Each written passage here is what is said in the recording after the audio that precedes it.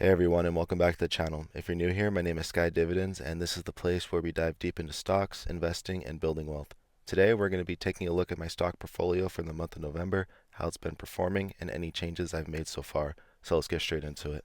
Alright, let's kick things off by looking at the overall performance of the portfolio. So at the beginning of the month, you guys could see that I was at about $9,200, somewhere around there, around, yeah, $9,200. And in the past month, we've summed up about 95 bucks, which is pretty good for the amount of money that I have invested in my portfolio, guys. We've also made a lot of changes as well, just on overall positions. Like, I'll just go ahead and switch over to the dividend tracker app to show you guys. Yeah, we pretty much, I put most of my money into waste management, JP Chase Morgan. I got a position in Microsoft, Amazon, and Nvidia. I completely reconstructed my whole portfolio, pretty much just bought companies that I thought would do good during under a Trump election, since all the elections have a lot of sway in these type of things. Speaking of elections, let me show you guys how much I've earned since the election has happened. About at 6 a.m. on the day of election, November 5th, I was sitting at about $9,261.99. Nothing too crazy, just my regular contributions. As you guys could see, I was down $189, 2% of my portfolio. But as you could see, once Trump was more favored to get elected, the numbers just kept going up and up and up and up, and it kind of just stayed there, which was great to see. I had about, I mean, if we look at the numbers, that was about like a $400 gain almost in about one day, and then it was great to see, and we love to see it. I would actually want to know, did your guys' portfolios do well? Comment down below if you guys had any massive gains during the election season as well. Speaking of a Trump election, and with Elon Musk as pretty much his quote unquote co-president, as what they're saying nowadays. And by the way, guys, I do not care about your political opinion. I don't expect you to care about mine. This is not a political page. I just want to strictly talk about stocks, and unfortunately, politics plays a role in stocks, so that's the only reason why I'm bringing it up. So, by anywho, let's go continue with the video. As Trump has been elected, I went ahead and got a position in Dogecoin, especially with Robert F. Kennedy, Elon Musk, especially. A lot of people in his cabinet that are pushing and vamping for Dogecoin. I had to go ahead and put some money into it. As you can see right here, I don't have a crazy return. Let's go ahead and take a look at my money that I have invested in it. So it looks like we're sitting at about $82 invested in Dogecoin, which I really don't mind at all, to be honest. It's about 38 cents per share, my average cost. It's going at about 37 cents per share right now. My total return is negative a dollar and pretty much 18 cents, you guys. I'm really not looking at Dogecoin right now as like an immediate cash grab. I'm just kind of like looking at it as an ETF and just slowly going to contribute money to it. And hopefully in the past 4 years, in the past decade, as time goes on, I could just see it grow, which I'm pretty sure it will. I mean, come on, it's crypto. One stock that I added to my portfolio that I'm very excited to show you guys is JP Chase Morgan. Chase is a very fair company, guys. I bought in at about $250.57, as you can see right here. My total return is negative $5 so far, which I don't really mind because I just wanted to own the stock because especially with Trump going to be in office, like there's just going to be a lot more opportunities for cash grabs and tax cuts and a lot more acquisition for these banks. I just ultimately chose Chase. And as you can see, it's about $245 of my average cost. Bought it in a little high, but I just wanted to own it.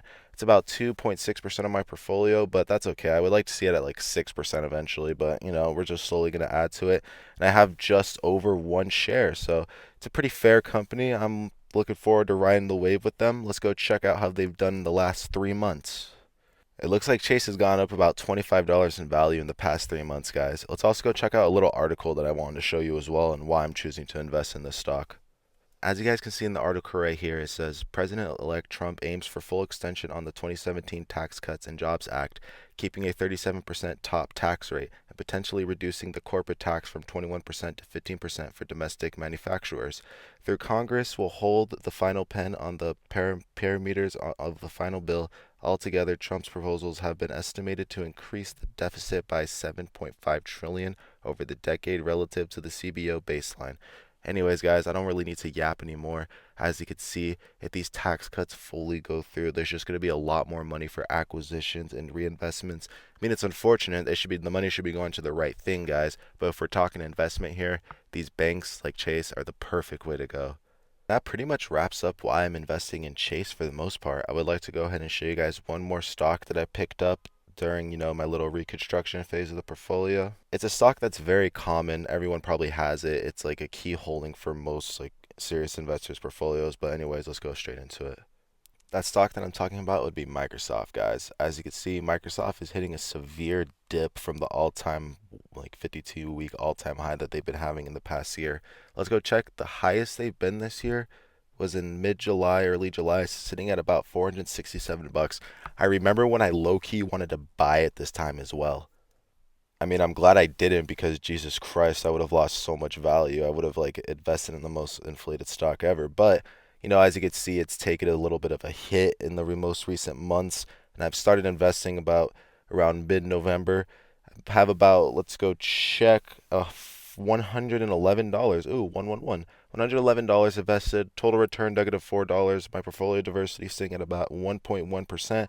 I would like to see that diversity go up a little higher rather than just 1.1%, but it's okay. I mean, I only have zero point 0.2 shares. The stock is as expensive as an ETF. I'm glad I'm getting it at about $414, $415 because I believe this time next year, if we don't see a bit of a pullback in 2025, I feel like this will be about 490 bucks. Definitely on a good day, Microsoft will be worth 490 bucks. Mark my words. Come back to the comment section on this video if you want to. Another low-key stock that I picked up during my reconstruction vamp of my portfolio that I wanted to show you guys was waste management, guys. Waste management, it's garbage, it's boring, but the thing about garbage is that it's never going anywhere. The reason why I'm investing in this company, let me give you a little lore on it. The main reason that pushed me to invest in waste management, guys, was not any analytics or any real based information, which is very stupid, but it was more of an intuition thing because I was walking through a very nice neighborhood one day, multi-million dollar neighborhood, and I just saw waste management trash cans everywhere, like everywhere, like every in front of every single house on garbage day. It said waste management, waste management. It may not become as a surprise to you guys because they have contracts with the city, but like on a deeper level, that just told me that that's a business that's not going anywhere, and we need to start following as investors like basic fundamentals like that in business that we see companies that are meaningful and real have real like purpose for the world and that are going nowhere. We need to invest in those, and waste management is a very simple way to put that. But like that's pretty much what I'm trying to explain is that it's a company that's never going anywhere and it's boring, but I have no problem putting my money in it and I sleep well at night while doing so. I have about $385 invested into the stock. My total return is sitting at about $30.82, which isn't crazy since I just started investing in them. My average cost per share is $216, which isn't too bad. And I'm sitting at about 1.7 shares, and I'm just going to continue to grow this. This one I'm going to heavily grow because I really see a future in waste management as I did Visa. And as you guys can see, we're sitting at about $9,500. That's a significant bump from what you guys last saw at $8,900.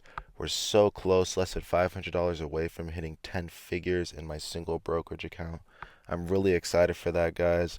Had a lot of progress, and if we jump onto the dividend tracker app, you can see that my cost basis is probably, based off of these numbers, it's sitting at about probably $9,000 even. We've earned realistically 600 bucks, in my 7 months of investing, which isn't too bad. These are the companies that I invest in, as you can see, pretty solid companies. Have my three pillars right here. I have about 6 individual companies that I invest in very proudly. And that's probably going to wrap up today's video, you guys. If you have any, inputs or outputs for the video, go ahead and comment them down below, and I'll talk to you guys later. Peace.